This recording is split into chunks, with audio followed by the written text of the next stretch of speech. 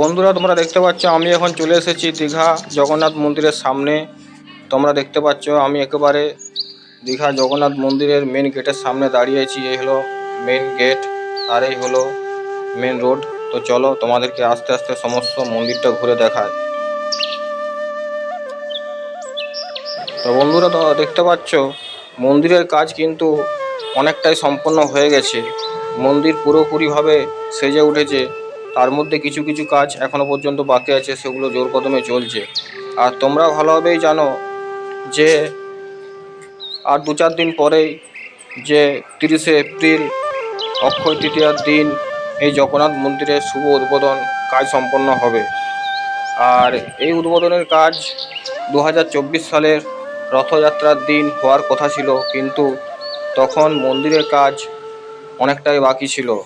তাই সেই জন্য রথযাত্রার দিন উদ্বোধন কাজটি করা হয়নি। এজন্য এই শুভ উদ্বোধনের কাজটি এই এপ্রিল মাসের 30 তারিখে অক্ষয় তৃতীয়ার শুভ লগ্নে মন্দির উদ্বোধনের কাজটি সুসম্পন্ন হবে। তো বন্ধুরা, তোমরা যারা ভিডিওটা দেখছো তারা অবশ্যই অক্ষয় তৃতীয়ার দিন এই দীঘা জগন্নাথ মন্দির বেড়াতে আসতে পারো। সম্পূর্ণ পুরীর জগন্নাথ মন্দিরের আদলে এই সম্পূর্ণ মন্দিরটি তৈরি করা হয়েছে। পুরীতে যা যা জগন্নাথ মন্দিরের সব কিছু আছে সমস্ত কিন্তু এই দীঘাতেও কিন্তু জগন্নাথ মন্দিরের সেটা হুবহু তুলে ধরা হয়েছে। তোমরা দেখতে পাচ্ছ সমস্ত মন্দিরের চারিপাশ কিন্তু সেজে উঠেছে। তার মধ্যেই কিছু কিছু কাজ এখনও রয়ে আছে, এগুলো জোর কদমে চলছে। তো বন্ধুরা, তোমরা যারা ভিডিওটা দেখছো তারা অবশ্যই দীঘায় জগন্নাথ মন্দির ঘুরতে আসতে পারো। খুব সুন্দর একটা জায়গা। আর আমাদেরও খুব গর্বের বিষয় যে আমাদেরও এই পশ্চিম বাংলাতে জগন্নাথ মন্দিরের একটা শুভ উদ্বোধন হবে। তো চলো বন্ধুরা, তোমরা যারা দেখছো তারা সমস্ত ভিডিও দেখতে থাকো। আমি তোমাদেরকে সমস্ত মন্দিরের চত্বরটা ঘুরে ঘুরে দেখাচ্ছি। আর বন্ধুরা, এই জগন্নাথ মন্দিরের ঠিক মূল প্রবেশদ্বারের উল্টো দিকে একটা নতুন পার্ক তৈরি হচ্ছে। সেই পার্কটার নাম হলো দীঘা ন্যাচারাল পার্ক। তো তোমরা যখন মন্দিরে আসবে বেড়াতে, দীঘায় জগন্নাথ মন্দিরে বেড়াতে আসবে, তখন অবশ্যই কিন্তু এই পার্কও একটু ঘুরে যাবে, কারণ এটাও হলো একটা ট্যুরিস্ট জায়গা পার্কটা।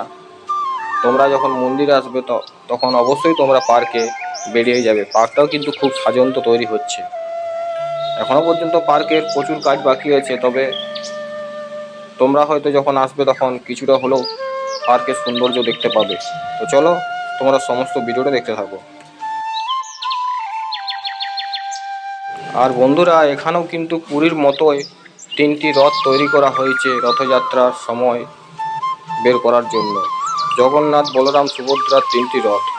যেরকম পুরীতে 3টি রথ বের হয় রথের সময়, তেমনি এখানেও কিন্তু 3টি রথ তৈরি করা হয়েছে রথযাত্রার সময় বের করার জন্য।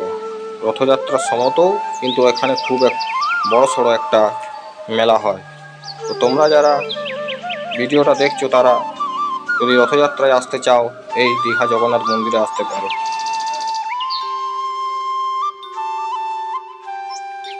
তো বন্ধুরা, তোমাদের এই দীঘার জগন্নাথ মন্দিরের ভিডিওটা দেখে কেমন লাগলো সেটা অবশ্য কমেন্টের মাধ্যমে জানিও।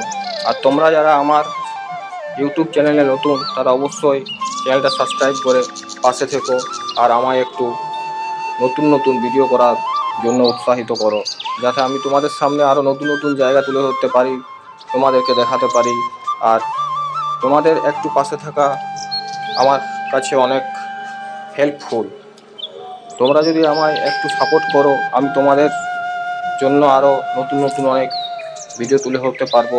তো যাই হোক বন্ধুরা, আজ ভিডিওটা আমি এখানে শেষ করছি। আবার নতুন কোনো ভিডিও নিয়ে তোমাদের সাথে আবার দেখা হবে। তো সকলেই তোমরা ভালো থেকো, সুস্থ থেকো।